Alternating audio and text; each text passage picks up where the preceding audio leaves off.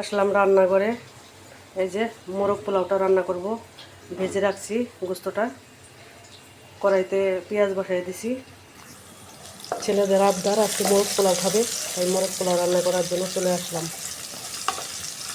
সারাদিন অনেক ব্যস্ত ছিলাম, তাই আজকে সন্ধ্যার সময় আসছে রান্না করার জন্য। রাত্রেবেলা খাবে, যেহেতু ঠান্ডা ঠান্ডা পড়ছে, রাত্রে একটু বৃষ্টি হয়েছে বিকালবেলা, তাই এটা এই পারফেক্ট সময় এই মোরগ পোলাও খাওয়ার। বেরেস্তা ভেজে নিতেছি, বেরেস্তাটা উঠাইয়া তারপরে সব মশলা দিয়ে কষাই নিব। আগে দিয়ে দিলাম দারচিনি, এলাচ, তারপরে যে যে বাটা মশলাটা, যে বাদাম বুদাম, ও যে যা যা মোরগে রান্না করা লাগে মশলা বেটে নিয়েছিলাম, সব দিয়ে দিলাম। এখন কষাই নিব ভালোভাবে। তারপরে যে আদা রসুন আর জিরা বাটা এই দিয়ে দিব।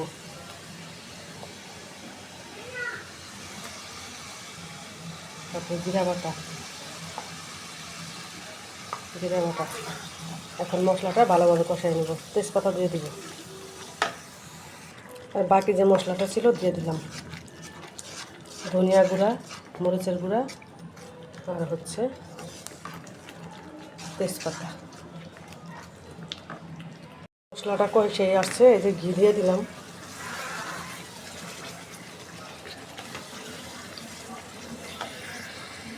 কালারটা জানি কেমন আসতেছে, রাত না কেমন জানি আসতেছে। ভিডিও একবার হলুদ আসে, একবার সাদা আসে, একবার কালো আসে। এই যে গোস্তটা দিয়ে দিলাম, কষাই নিব এখন ভালোভাবে। একদম কষানো হয়ে গেছে আমার। এই যে তেল উঠে আসছে, এখন দুধ দিয়ে দিব।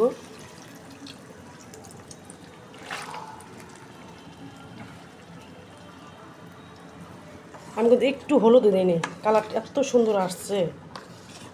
কিন্তু রাত তো কালারটা বোঝা যাচ্ছে না, কিন্তু বাস্তবে অনেক সুন্দর কালার আসছে। এই যে আমি 1 চামচ চিনি দিয়ে দিতেছি, এটা স্বাদ আনার জন্য, স্বাদটা ব্যালেন্স থাকার জন্য। এত সুন্দর কালারটা আসছে, কিন্তু ভিডিওর মধ্যে এরকম লাগতেছে কেন? অনেক সুন্দর আসছে কালারটা। আমার মোরগটা যখন হয়ে গেছে, এখন এই গোস্তগুলো উঠাই রাখবো, আর রেমিডিটা একটু শুকাই নেব। এটা উঠাই নেব। এই যে গোস্তটা উঠাই ফেলছি, আর এটা আমি সরাসরি আর শুকাবো না, এটা সরাসরি আমি পোলাওর ভিতরে দিয়ে দিব। শুকাইতে গেলে অনেক দেরি হবে। এই যে গোস্তটা উঠাই ফেলছি আমি। এই যে তেল দিয়ে দিতেছি, তেল আর ঘি দিয়ে সমান করে দেবো। ঘি দিয়ে তেল দিয়ে সমান করে দিয়ে দিলাম।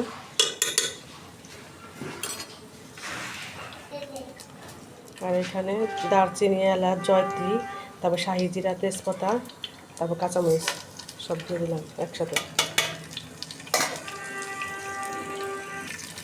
পাতুলটা গর্ত তো, তাই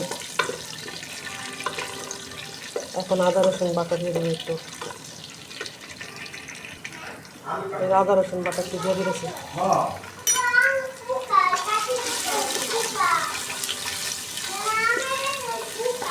আমের ভিতরে পোকা পাইছে, এই জন্য বলতেছে আমের ভিতরে পোকা। হয় আম আনছি না, আমের ভিতরে সব পোকা। এত দাম দিয়ে আম আনা হয়েছে, এই জন্য আমি নিষেধ করছি আম আনার জন্য। না, মেয়ের জন্য আম আনাই লাগবে। এখন এই যে চালটা দিয়ে দেবো আমি। চালটা ভেজে নিব একটু ভালো করে। চাল প্রায় ভাজা শেষ, ঝরঝরে হয়ে গেছে। এখন পানি আর দুধ দিয়ে দিব। পানি দিয়ে দিছি, এখন দুধ দিয়ে দেবো। দুইটা মিলে ব্যালেন্স করে দিয়ে দিলাম। একবারে গরম পানি, দুধ আর একটু রেমেডি দিয়ে দিলাম, মশলা, মুরগির মশলা দিয়ে দিলাম। এখন না ঢাকা দিয়ে দিব, আস্তে আস্তে হবে। এখন এই গোস্তগুলো দিয়ে দিব।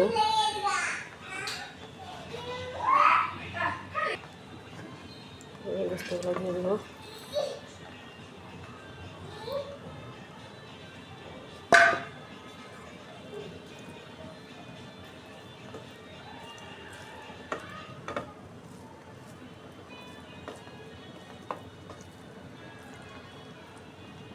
সুন্দর করে চাউল দিয়ে ঢেকে দিব।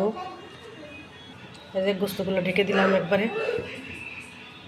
10 মিনিটের জন্য দমে বসায় রাখবো। কালারটা এত সুন্দর আসছে, কিন্তু ক্যামেরায় কালারটা সাদা সাদা লাগতেছে, কিন্তু কালারটা বাস্তবে অনেক সুন্দর আসছে। 10 মিনিট পর আবার দেখ, এরপর চলে আসলাম আবার ফিরে, দেখি কি অবস্থা। ওহ মাশাআল্লাহ, কি সুন্দর হয়েছে যে। একটু নাড়াড়ে দিব, নিচেরটা উপরে উঠিয়ে দিব, উপরটা নিচে উঠিয়ে দিব। এই যে নাড়া চাপা দিয়ে উপরে উঠাই দিলাম, কারণ ব্রয়লার মুরগি তো বড় বড় টুকরা করে দিছি। আর ওই পাকিস্তানি মুরগি হলে আলাম দিয়ে রান্না করতাম। এখন পেঁয়াজ বেরেস্তা দিয়ে দিব। বিসমিল্লাহ। পেঁয়াজ বেরেস্তাটা দিয়ে একবারে চুলা অফ করে দিয়ে দমে বসে রাখবো আবার 5 মিনিট। আবার একবারে খাওয়ানোর টাইমে নিয়ে নামাই দিব। কেমন হয়েছে আমার মোরগ পোলাও। এই যে আমাদের খাবার দাবার চলে আসছে হোটেলের স্টাইলে, একদম মোরগ পোলাও। এই যে দেখেন, এই যে রেমেডি, এই যে সালাদ।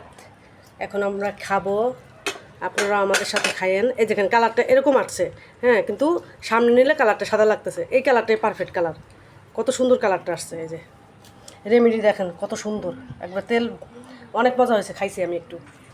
এই যে কেমন হয়েছে কমেন্টসে জানাবেন আমার মোরগ পোলাওটা।